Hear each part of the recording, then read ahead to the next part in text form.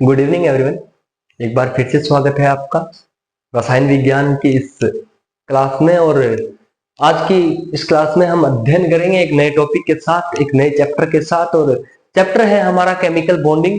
और chemical bonding में हम सबसे पहले कोवेलेंट बॉन्ड पढ़ चुके हैं, लेकिन अब पढ़ते हैं अपने दूसरा bond, hydrogen bond, H bond, hydrogen बंधन, या फिर इसको हम बोल सकते हैं H bonding, hydrogen bonding. English में इसको हाइड्रोजन बॉन्डिंग बोला जाता है और हिंदी में बात करें तो एच बंधन, हाइड्रोजन बंधन। क्या होता है हाइड्रोजन बंधन, किस परमाणुओं के बीच में ये बॉन्ड बनता है और इसकी कैरेक्टरिस्टिक क्या होते हैं और इसके कितने प्रकार होते हैं, इसके बारे में हम अध्ययन करेंगे। और इसके बाद नेक्स्ट क्लास में हम इसकी आगे की चर्चा करेंगे, जैसे कि कौन से फैक्टर है जो हाइड्रोजन बॉन्डिंग को इफेक्ट करते हैं वगैरह वगैरह। लेकिन सबसे पहले बात करें अपने एच बॉन्ड की कि क्या होता है हाइड्रोजन बॉन्ड, कैसा होता है हाइड्रोजन बॉन्ड। तो यह एक दुर्बल बंद होता है। दुर्बल कितना? इतना दुर्बल कि वान डेर वाल बल से भी कमजोर होता है।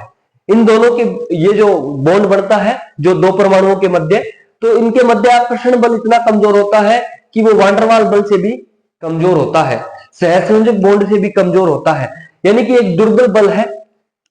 किसके बीच में बनता है, होता क्या है देखिए, किसी अणु के ऋण विद्युतीय परमाणु के साथ जुड़े हुए एच परमाणु, किसी अणु के ऋण विद्युतीय परमाणु के साथ जुड़े हुए एच परमाणु, यानी कोई एक अणु है, उस अणु में एक तो हाइड्रोजन परमाणु है और हाइड्रोजन परमाणु के अलावा एक ऋण विद्युतीय, ऋण विद्युतीय का मतलब है इलेक्ट्रोनेगेटिव, जिसकी विद्युत ऋणात्मकता का मान ज्यादा है।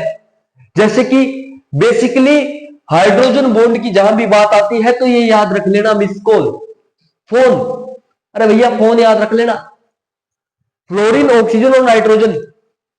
मैक्सिमम केस में यही मिलेगा कि हाइड्रोजन जुड़ा होगा किसके साथ, इन तीन विद्युत ऋणात्मक परमाणुओं के साथ, फ्लोरीन, ऑक्सीजन और नाइट्रोजन के साथ जुड़े हुए एच परमाणुओं और उसी अणु अथवा किसी अन्य अणु के प्रबल ऋण विद्युतीय परमाणु के मध्य का आकर्षण बल हाइड्रोजन बंध कहलाता है। यह तो हो गई इसकी एक डेफिनेशन। अब समझाता हूं मैं आपको। ये बोल रहा है कि मान लीजिए ये अणु है, ये एक मॉलिक्यूल है, ये मॉलिक्यूल में दो प्रकार के परमाणु हैं। एक परमाणु है अपना हाइड्रोजन, अरे ये छोटा बड़ा ये मत समझ लेना, ये मान लीजिए समान ही है, ये हाइड्रोजन परमाणु है, इसकी विद्युत ऋणात्मकता का मान काफी कम है। ये दूसरा परमाणु है जिसकी ऋण विद्युती बहुत ज्यादा है, इलेक्ट्रोनेगेटिविटी, विद्युत ऋणात्मकता काफी ज्यादा है। मान लीजिए ये फ्लोरीन है और ये हाइड्रोजन है, ये दोनों जुड़े हुए हैं। अब क्या होगा, एक कोई दूसरा अणु, दूसरा मॉलिक्यूल है, देखिए ये वाले मॉलिक्यूल अपने पास पहले से थे, ये कोई दूसरा मॉलिक्यूल है, ये इस दूसरे मॉलिक्यूल का हाइड्रोजन है परमाणु, और ये इस दूसरे मॉलिक्यूल का कोई विद्युत ऋणी परमाणु है, मान लीजिए फ्लोरीन ही है, दो HF है। अब ये जो हाइड्रोजन परमाणु था ना, इसकी विद्युत ऋणात्मकता काफी कम थी, किसके मुकाबले, इस फ्लोरीन के मुकाबले। तो इसके ऊपर क्या आ जाएगा, धनावेश आ जाएगा, क्योंकि ये तो दोनों पहले किस बॉन्ड से जुड़े थे, सहसंयोजक बॉन्ड से। अब इन दोनों परमाणुओं के मध्य में जो ये हाइड्रोजन परमाणु है ना, ये हाइड्रोजन परमाणु जो इन अंगुलियों के द्वारा जुड़ा है ना, ये बॉन्ड हाइड्रोजन बॉन्ड है। देखिए यहां समझाता हूं अब आपको कि एच कोई अणु है, कोई मॉलिक्यूल है जहां पे हाइड्रोजन, दूसरा है ए का मतलब है कोई ऐसा परमाणु जिसकी विद्युत ऋणात्मकता काफी ज्यादा होती है। ज्यादातर यहाँ पे फ्लोरीन, ऑक्सीजन और नाइट्रोजन मिलेंगे। फोन है जहां ए क्या है, फोन है। फोन है का मतलब है फ्लोरीन, ऑक्सीजन या नाइट्रोजन है जिनकी विद्युत ऋणात्मकता, इलेक्ट्रो नेगेटिविटी अधिक होती है, अधिक होती है। इनकी विद्युत ऋणात्मकता क्या होती है भैया, ज्यादा होती है। तो ये H और ये A अणु है वो कुछ इस प्रकार से है, बॉन्ड बना हुआ है, तो इसकी विद्युत ऋणात्मकता ज्यादा है, यानी इलेक्ट्रॉन्स अपनी ओर खींचे रखता है। तो इसकी वजह से इस हाइड्रोजन पे एक आंशिक धनावेश आ जाता है। आंशिक धनावेश का मतलब है, धनावेश तो नहीं लेकिन आंशिक, यानी थोड़ा बहुत। अब जैसे ही इस पे आंशिक धनावेश आया तो ये क्या करेगा, इस धनावेश को हटाने की कोशिश करेगा, क्योंकि स्टेबल स्थायी होने की कोशिश करेगा। स्थायी होने की कोशिश करेगा तो होगा क्या, बेसिकली होगा कुछ इस प्रकार से कि ये बॉन्ड बनाने की कोशिश करेगा किसी और के साथ। वो कैसे बनेगा, या तो इसके जैसा ही कोई और परमाणु आए जिसमें दूसरे परमाणु पर एक आंशिक ऋणावेश हो, फिर वो आंशिक ऋणावेश और आंशिक धनावेश वो आपस में क्या मेलजोल बिठा लेते और ये बॉन्ड बना लेते और वो फिर स्टेबल हो जाते और हाइड्रोजन बॉन्ड फॉर्मेशन हो जाती।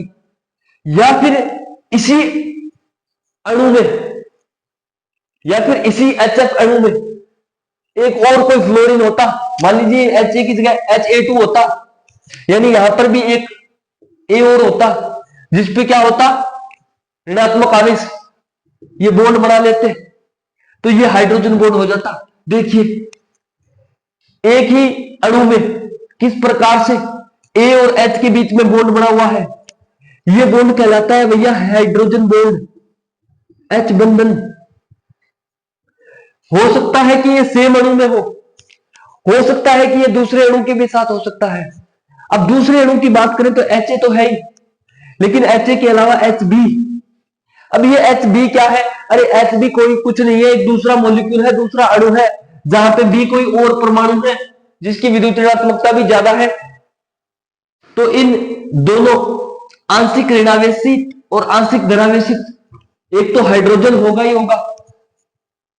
हाइड्रोजन परमाणु का जब इसके साथ बॉन्ड बनता है ये बॉन्ड भी क्या कहलाता है, H बंध कहलाता है।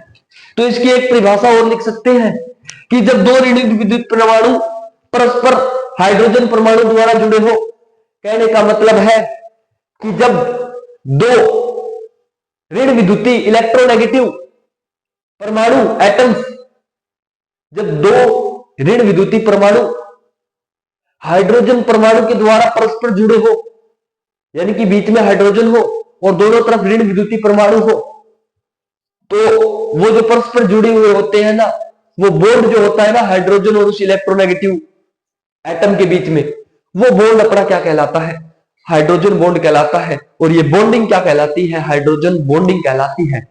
इस प्रकार से इसकी एक डेफिनेशन और भी लिख सकते हैं कि जब दो ऋण विद्युती परमाणु परस्पर हाइड्रोजन परमाणु द्वारा जुड़े रहते हैं तो वह बंध हाइड्रोजन बॉन्ड कहलाता है। अब बात करते हैं कि सर हाइड्रोजन बॉन्ड कितने प्रकार के होते हैं। तो हाइड्रोजन बॉन्ड के प्रकार की अगर मैं बात करूं तो दो प्रकार के होते हैं, एक तो अंतरा अणुक और एक अंता अणुक।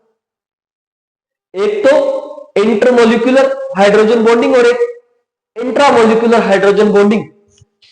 अंतर अणुक हाइड्रोजन बंध और अंतरा अणुक हाइड्रोजन बॉन्ड। अंतर अणुक का मतलब है अंत अणुक। अंत अणुक का मतलब है कि जब हाइड्रोजन बॉन्ड दो भिन्न भिन्न अणुओं के मध्य हो, यानी हाइड्रोजन बॉन्ड कहां स्थित हो, दो अलग अलग अणुओं के बीच में अगर स्थित हो तो उस हाइड्रोजन बॉन्ड को हम अंत अणुक हाइड्रोजन बॉन्ड कहते हैं। और वही हाइड्रोजन बॉन्ड अगर सेम ही अणु में हो, कोई मॉलिक्यूल इतना बड़ा हो कि उसी मॉलिक्यूल के अंदर ही हाइड्रोजन बॉन्ड हो, तो उसको हम कहते हैं अंतरा अणुक हाइड्रोजन बॉन्ड। पहले अंतरा अणुक पर ध्यान दे लेते हैं। उसी अणु के दो ऋण विद्युती परमाणुओं के मध्य बड़ा हुआ बंध क्या कहलाता है, हाइड्रोजन बॉन्ड कहलाता है। कैसे, ये देखिए एसिटो एसिटिक एस्टर है, क्या है, एसिटो एसिटिक एस्टर है। और ये कौन सा रूप है भाई, डबल बॉन्ड O, यानी इनोल रूप है भैया, फिनोल। अरे क्या होता है फिनोल, फिनोल कौन सा ग्रुप होता है भाई, फिनोल। और तो ये इनोल ग्रुप है, OH जुड़ा है, जहां पे कार्बन के साथ में OH जुड़ा है, फिनोल रूप हो गया। दूसरा एक रूप होता है कीटो रूप, कीटो और इनोल स्वभावी होते हैं, आपस में कन्वर्ट होते रहते हैं। उसके बारे में अध्ययन नहीं करना, अध्ययन करना है हाइड्रोजन बॉन्ड के बारे में। तो ये एसिटो एस्टर के इनोल रूप में क्या है, हाइड्रोजन बॉन्डिंग है। कैसे है, यहां पे गौर कीजिए। अरे ये भी ऑक्सीजन, ये भी ऑक्सीजन, दोनों की विद्युत ऋणात्मकता काफी ज्यादा होती है भाई। ऑक्सीजन की इलेक्ट्रोनेगेटिविटी कंपेयर विद हाइड्रोजन करें तो काफी ज्यादा होती है। और अपने यहाँ पे फोन भी पढ़ा था कि हाइड्रोजन बॉन्ड होगा तो सर ये इन तीन एलिमेंट का, इन तीन एटम्स का जिक्र होगा।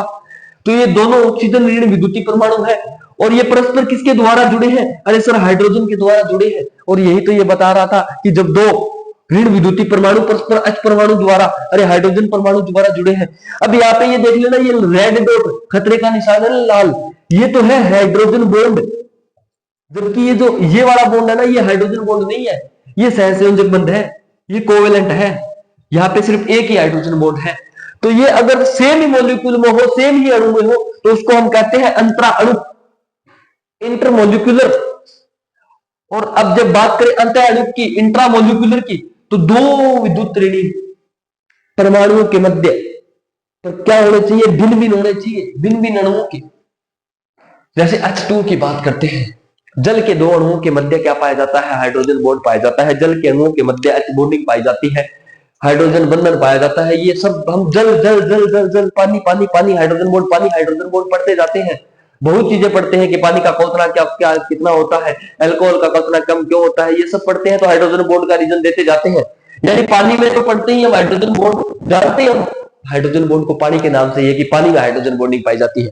अरे तो देखिए होता क्या है, H2O, H2O मॉलिक्यूल है। अब ये H2O मॉलिक्यूल था, लेकिन ये भी एक H2O मॉलिक्यूल है दूसरा। जब ये दोनों पास पास आए तो ये हाइड्रोजन इस ऑक्सीजन के साथ में कौन से बॉन्ड से जुड़ गया, H बॉन्ड से जुड़ गया। अब जब ये हाइड्रोजन इस वाले ऑक्सीजन के साथ जुड़ेगा, यानी कि ये अणु, ये जल का दूसरा अणु, ये जल का तीसरा अणु, ये चौथा अणु, अरे अलग अलग अणु नहीं है क्या। जब दो भिन्न भिन्न अणुओं के मध्य अगर हाइड्रोजन बॉन्ड पाई जाती है तो उनको अंतर अणुक हाइड्रोजन बॉन्ड कहा जाता है, और अगर सेम ही मॉलिक्यूल में होता है तो उसको अंतरा अणुक हाइड्रोजन बॉन्ड कहा जाता है। ये अपने बेसिक था किसका, हाइड्रोजन बॉन्डिंग का। इसके अलावा मैं हाइड्रोजन बॉन्डिंग की प्रॉपर्टी बता देता हूं आपको कुछ। पहली बात तो यह है कि हाइड्रोजन बॉन्डिंग में सिर्फ दो ही परमाणु भाग लेते हैं, कोई तीसरा परमाणु भाग नहीं लेता। हाइड्रोजन बॉन्डिंग में सिर्फ दो ही परमाणु भाग लेते हैं, कोई तीसरा परमाणु भाग नहीं लेता। एक तो होगा विद्युत ऋणी परमाणु और दूसरा होगा हाइड्रोजन। इसके अलावा कोई तीसरा एटम इसमें भाग नहीं ले सकता, सिर्फ दो ही एटम भाग लेंगे। पहला प्रॉपर्टी हो गया ये। अब मैं बात करूं दूसरी प्रॉपर्टी की कि सर दूसरी प्रॉपर्टी क्या है, तो दूसरी प्रॉपर्टी ये है कि जो हाइड्रोजन बंध है वो काफी दुर्बल बल होते हैं, काफी दुर्बल बल होते हैं। थोड़ी सी उष्मा देने पर ये जल्दी आसानी से टूट जाते हैं, और यही कारण है कि जल का और अल्कोहल का क्वथनांक 100 से भी नीचा होता है, 100 से भी कम होता है। इसके अलावा अगर एक और गुण की बात करूं, एक और प्रॉपर्टी की, तो हाइड्रोजन बॉन्ड में क्या होता है कि हाइड्रोजन बॉन्ड की जो लंबाई होती है वो काफी ज्यादा होती है एज कंपेयर टू सहसंयोजक बॉन्ड। अब अगर हाइड्रोजन बॉन्ड बन रहा है ऑक्सीजन और हाइड्रोजन के बीच में, तो यहां पर इलेक्ट्रॉन जो होते हैं वो इलेक्ट्रॉन ज्यादातर कौन सी साइड रहते हैं, वो ज्यादातर रहेंगे कौन सी साइड, ऑक्सीजन की साइड। और ये पीछे जुड़ा हुआ है, ये कोवेलेंट बॉन्ड है, ये हाइड्रोजन बॉन्ड है, डॉटेड दिखा देता हूं मैं इसको। और ये क्या है, कोवेलेंट बॉन्ड। तो कभी भी हाइड्रोजन जो है ना वो इन दोनों परमाणुओं के बिल्कुल बीच में स्थिर नहीं होता। हाइड्रोजन कभी भी इन दोनों परमाणुओं के बिल्कुल बीच में स्थिर नहीं होगा भैया, ये नोट कर लेना। ये जो हाइड्रोजन है ना ये इन दोनों के बिल्कुल बीच में नहीं होगा, ये हमेशा ही सहसंयोजक वाले बॉन्ड की तरफ होगा, क्योंकि यहां पे इलेक्ट्रॉनों का साझा होता है और इलेक्ट्रॉन बॉन्ड के बीच में रहते हैं। जबकि हाइड्रोजन बॉन्डिंग में जो इलेक्ट्रॉन है ना वो विद्युत ऋणी परमाणु की तरफ रहते हैं। यानी कि कहने का मतलब ये है कि सहसंयोजक बंध की तुलना में हाइड्रोजन बंध की लंबाई ज्यादा होती है, और लंबाई ज्यादा है तो इसको तोड़ने में भी आसानी होगी। लेकिन इसका एक अपवाद है, वो अपवाद मत भूल जाना, HF। ये HF साहब है ना, ये अपवाद है। इसमें क्या होता है कि अगर HF के बीच में यानी HF2, अगर HF2 अणु है और यहां पे अगर बॉन्ड बन रहा है, यहां पे अगर कोई भी हाइड्रोजन बॉन्ड बन रहा है ना, तो यहां पे हाइड्रोजन हमेशा क्या है, इन दोनों परमाणुओं के बीच में रहता है, क्योंकि फ्लोरीन की विद्युत ऋणात्मकता बहुत ज्यादा होती है। ये हमेशा हाइड्रोजन इन दोनों के मध्य में स्थित होगा। बाकी कोई भी स्थिति आ जाए, हाइड्रोजन बंध में हाइड्रोजन बॉन्ड की लंबाई ज्यादा होगी और उसी हाइड्रोजन की पास वाले कोवेलेंट बॉन्ड के साथ लंबाई कम होगी। तो ये था अपना हाइड्रोजन बॉन्डिंग, स्टार्ट कर दिया है। कल पढ़ेंगे हाइड्रोजन बॉन्डिंग को इफेक्ट करने वाले कारक और कॉन्सिक्वेंस क्या अनुप्रयोग है हाइड्रोजन बॉन्डिंग के, हाइड्रोजन बंधन की, इनके बारे में। तब तक के लिए आप सबका बहुत बहुत धन्यवाद। 2 यूनिट आपकी कंप्लीट हो चुकी है इससे पहले, आयनिक सॉलिड वाली और एटॉमिक स्ट्रक्चर और कोवलेंट बॉन्ड। 3 चैप्टर कंप्लीट हो चुके हैं, तीनों की प्लेलिस्ट चैनल पे मौजूद है, आप जाकर के देख सकते हो। चैनल को सब्सक्राइब करना ना भूलिए।